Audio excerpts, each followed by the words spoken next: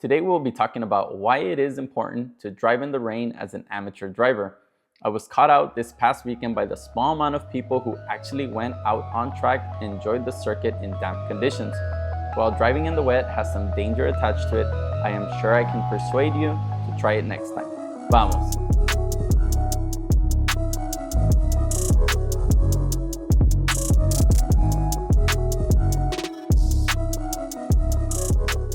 I would like to wish everybody a happy new year.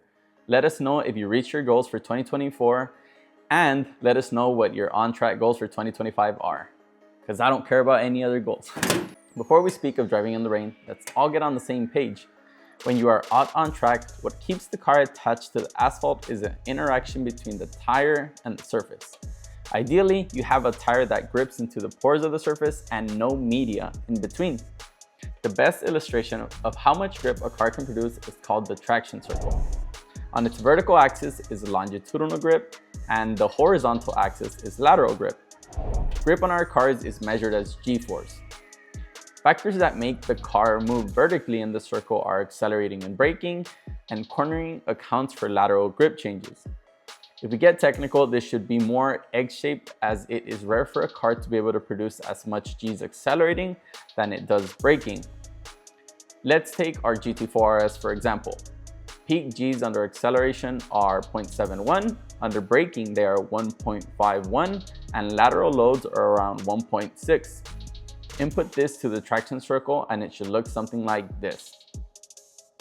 Each one of these quadrants represents how much meat on the bone for grip there is, and it's your job to chomp to the edges of it. To move into these quadrants, you will be combining braking and turning, as well as turning and accelerating. To get into the upper left quadrant, you will be having to brake and turn right, and to get into the quadrant below it, you will be accelerating and turning right. Think about this as a measure of where your car wants to go, but the amount of grip your car has is keeping it from going that way. Now, let's introduce some water to this equation. You will simply see your car has a much smaller friction circle. This therefore means you will not be able to brake or turn as hard. So, why is driving my car in an environment with less traction important? There are actually a lot of reasons. The first is that you are able to experience the attitude your car has at a much slower speed. Sometimes you only see certain behaviors of your car when you're at the limit, and guess what? Now your limit is much lower with water in the equation. You are now able to find the true balance the car has, and changes here should reflect to driving in the dry. Of course, driving in the rain increases the likelihood of a mishap or accident, but if there was one place to do this, it is COTA. COTA has plenty of runoff and wiggle room to play around. Matter of fact, all the accidents that happened last weekend were once the track was dry, as people were still cold and had no laps under their belts because of the rain earlier in the day. Once the track dried, they saw it as their only opportunity to go fast, and the results weren't good. Driving in the rain is also the best way to realize how much input you are receiving from the steering wheel. You are forced to have soft hands on the wheel because the feedback from it is much quieter. This is where people who squeeze the wheel struggle to find grip, and those who are driving pinkies up shine. When I go out and drive in the dry, it is always my goal to be ahead of the car. This means that I'm looking a few corners ahead, noticing the changing attitude of the car as the lap progresses, and even how my tires are feeling. When I drive in the wet, I have a similar but even more involved approach. I am of the opinion that if you are making the car do something, then it's not a surprise. I prefer to drive this way than have an unexpected behavior come from the car. When driving in the rain, the mindset has to be there, because if you approach a rain session with fear, nothing good will come of it. You simply have to approach it with open arms and welcome the learning experience that is to come. Driving in the rain involves having to be precise on both pedals and wheel, and from this past weekend, I even found that being timid on the brake pedal can actually affect you negatively.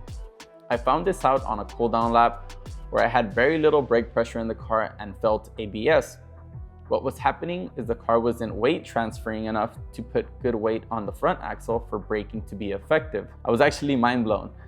This was at turn 15, so the initial brake input had to be pretty significant to get the car on the front spring and keep that inner tire loaded. The next reason may be controversial, but driving in low grip will eventually make you have mistakes and the need to catch the car will be necessary.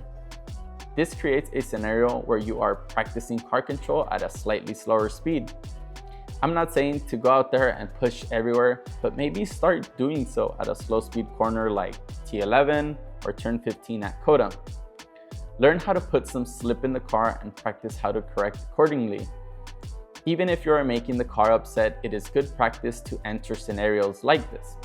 After all, when you go to a driving school like the Porsche school, this activity is what they put you through. The biggest gain from driving in the rain or mixed conditions is you are forced to feel the car and read the track. There is no such thing as entering a corner with a certain speed through memory or laying on the throttle like you do in the dry. It adds a factor to the already forever changing formula of how much throttle, steering, and brake you need from a car to go fast. Throughout my driving career, I have driven many different cars and I have found myself multiple times driving a car by memory. Through time, our bodies get used to feeling a certain amount of G's through a corner, give a certain amount of brake pressure, and roll throttle until the steering is completely straight. Some cars will experience higher G loads and it's your job to get the car to its limit, whether that is carrying more speed through a corner or adding 200 psi more of brake pressure. Driving by feel is a proper way to go fast, and doing so in the wet gets you out of the norm. It's really mind-blowing to see the capabilities of your car in the wet versus dry, as sometimes you will find you are only a few miles per hour off through a slow speed corner. This therefore makes you think of the actual potential your car has in good weather. Driving in the wet at the track is an option, but when you are out on public roads and have to be somewhere, sometimes there's no getting away from it. If you find yourself in a crisis situation in your daily, I guarantee you what you learned on the track can apply. This regardless of the car you are in. Now, let's speak of the few cons that come from driving in the rain. The most obvious is it increases the likelihood of an accident. Now, let me be clear that driving in the wet is different than driving through puddles. There is no talent that will save you from a big puddle or river on track.